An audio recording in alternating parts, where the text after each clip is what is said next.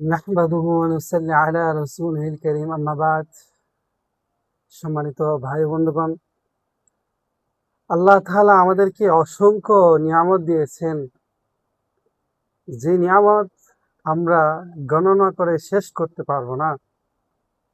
এই জন্য আল্লাহ তাআলা পবিত্র কালামে বলেন, ওয়া ইন তাউদ্দু নি'মাতাল্লাহি লা তুহসুহা।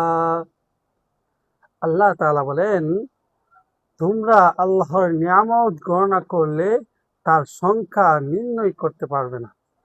আল্লাহ তাআলা এত নিয়ামত দিয়েছেন যা আমরা গণনা করে সংখ্যা নির্ধারণ করতে পারবো না। এই জন্য আল্লাহ তাআলা আমাদেরকে কি কি নিয়ামত দিয়েছেন, যেমন আল্লাহ তাআলা আমাদেরকে হাত দিয়েছেন, হাতের একটা নিয়ামত। আল্লাহ তাআলা আমাদেরকে পাও দিয়েছেন, এটাও আল্লাহ তাআলা একটা নিয়ামত।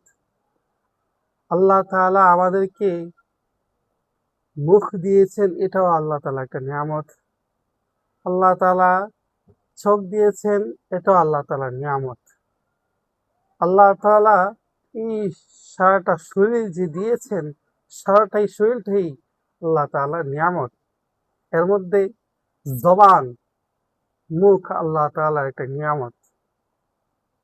আল্লাহ রাসূল সাল্লাল্লাহু আলাইহি ওয়াসাল্লাম তিনি বলেন যে, মান ইয়াজমান লি মা বাইনা লাহিয়াইহি ওয়া মা বাইনা রিজলাইহি আজমান লাহুল জান্নাহ।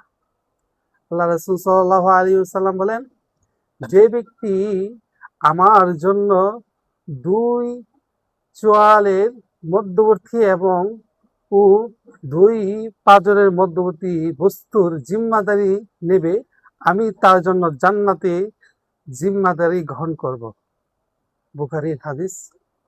তো আল্লাহ রাসূল সাল্লাল্লাহু আলাইহি ওয়াসাল্লাম উনি বলতেছেন যে, দুই চোয়ালের মধ্যবর্তী এবং দুই পায়ের মধ্যবর্তীর যদি জিম্মাদারি আমরা নিতে পারি, তাহলে আল্লাহ রাসূল সাল্লাল্লাহু আলাইহি ওয়াসাল্লাম উনি আমাদেরকে জান্নাতে যাওয়ার জিম্মাদারি নেবেন। তো মুহতারাম হাজিরিন, এই জবান অত্যন্ত গুরুত্বপূর্ণ একটা জিনিস। এই জবানের মাধ্যমে মানুষ জান্নাতে যাইতে পারে এবং এই জবানের মাধ্যমে মানুষ জাহান্নামে যাইতে পারে। এই জবান যখন ভালো কাজে লাগানো হবে, তখন এই জবান আপনাকে জান্নাতে নিয়ে যাবে। আপনি এই জবানের মাধ্যমে নেক আমল করবেন, এই জবানের মাধ্যমে মানুষের সাথে ভালো ব্যবহার করবেন, এই জবানের মাধ্যমে আপনি আল্লাহ তাআলার আল্লাহ তাআলার কাজগুলো করবেন। তখন এই জবানের মাধ্যমে আল্লাহ তাআলা আপনাকে জান্নাতে নেবেন এবং এই জবানের মাধ্যমে আল্লাহ তাআলা আপনাকে জাহান্নামে নেবেন। জবানের মাধ্যমে যদি আপনি যদি ঈমান না আনেন, তাহলে কি হবে না, আপনি জান্নাতে যাইতে পারবেন না। এই জবানের কারণে আপনি যদি এই জবানটাকে ভালো কাজে না লাগাইতে পারেন, তাহলে এই জবানের মাধ্যমে আপনি জাহান্নামে যাবেন। আপনি এই জবানের মাধ্যমে মানুষের সাথে খারাপ ব্যবহার করেন, আপনি এই জবানের মাধ্যমে মানুষের সাথে খারাপ ব্যবহার করেন, অন্যায় আচরণ করেন, জুলুম করেন এবং এই জবানের মাধ্যমে মানুষের সম্পদ লুণ্ঠন করেন, জোর জবরদস্ত করে নিয়ে যান। এই জবানই আপনাকে একদিন জাহান্নামে নিয়ে যাবে। আল্লাহ তাআলা অপর এক আয়াতে বলেন, মা ইয়ালফিজু মিন কওলিন ইল্লা লাদাইহি রাকীবুন আতীদ। সূরা কাহফের 18 নং আয়াতে আল্লাহ তাআলা বলেন যে, মানুষ যা কিছু উচ্চারণ করে তা রেকর্ড করার জন্য সদা জাগ্রত প্রহরী রয়েছে। অর্থাৎ মানুষ যা কিছু উচ্চারণ করবে, সব কিছু রেকর্ড করার জন্য সদা জাগ্রত প্রহরী রয়েছে। অর্থাৎ এই দুই খাদে দুইজন ফেরেশতা আছে, যারা আমাদের কাজকর্ম এবং কথাবার্তা, আচার আচরণ সবকিছু লিপিবদ্ধ করেন। তাদের নাম হলো কিরামান কাতিবিন। এই জন্য মুহতারাম হাজির, আল্লাহ রাসূল সাল্লাল্লাহু আলাইহি ওয়াসাল্লাম একদিন সাহাবাদেরকে বলতেছেন যে, হে সাহাবাগণ, তোমরা কি জানো দরিদ্রকে? সাহাবায়ে কেরাম বলতেছেন, হে আল্লাহ রাসূল, যাদের টাকা পয়সা নাই, ধন দৌলত নাই, বাড়ি গাড়ি নাই, তারা গরিব।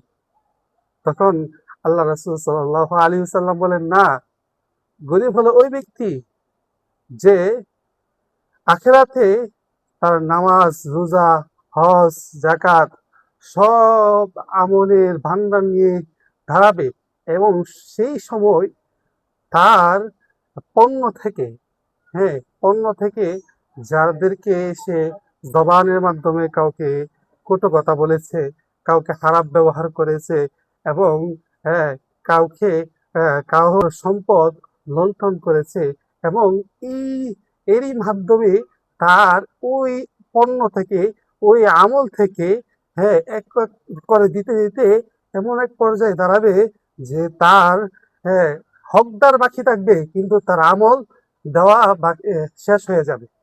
তখন এই আমল না থাকার কারণে তাকে জাহান্নামে দেওয়া হবে।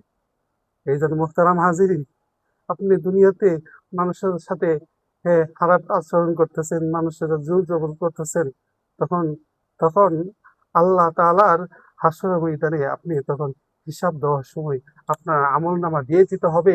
আপনি গীবত করতেছেন, এই আমল নামা দিয়ে দিতে হবে। এই জন্য একবার রাসূল সাল্লাল্লাহু আলাইহি ওয়াসাল্লামের জামানায় দুইজন মহিলা রোজা রেখেছিলেন। সেই রোজা রাখা অবস্থায় তাদের অনেক পিপাসিত হয়েছিলেন। রাসূল সাল্লাল্লাহু আলাইহি ওয়াসাল্লাম বলেন, তাদেরকে নিয়ে আসো। তখন তাদেরকে নিয়ে আসার পরে তখন বলতেছেন যে একটা পাত্র নিয়ে এসো। তখন এই পাত্র নিয়ে আসার পর প্রথম মহিলাকে বললেন, তুমি বমি করো। তখন বমি করার পর দেখে যে তাদের বমির সাথে মাংসের টুকরো এসেছে। দ্বিতীয় জনকে বললেন, যখন বমি করলো তখন তার সাথে কি আসছে? মাংসের টুকরো আসছে। রাসূল সাল্লাল্লাহু আলাইহি সাল্লাম বলেন, তারা আহার করেছে ঠিকই নেক আমল করার জন্য, কিন্তু তারা গীবত করেছে, এই জন্য তার ভূমির সাথে কি আছে? গোশত এসেছে। এক এক আয়াতে আছে যে, যে ব্যক্তি মানুষের গীবত করবে, মানুষকে গীবত করবে, আল্লাহ তাআলা তাদেরকে তার মরা ভাইয়ের গোশত ভক্ষণ করাবে। এই জন্য মুহতারাম হাজিরিন, আসুন আমরা এই জবানকে হেফাজত করি, এই জবানকে ভালো কাজে লাগাই, এই জবানের মাধ্যমে কাউকে জোর জুলুম না করি। আল্লাহ তাআলা আমাদেরকে এই জবানের হেফাজত করার তৌফিক দান করুন। ওয়া মা তৌফিক ইল্লা বিল্লাহ। আসসালামু আলাইকুম।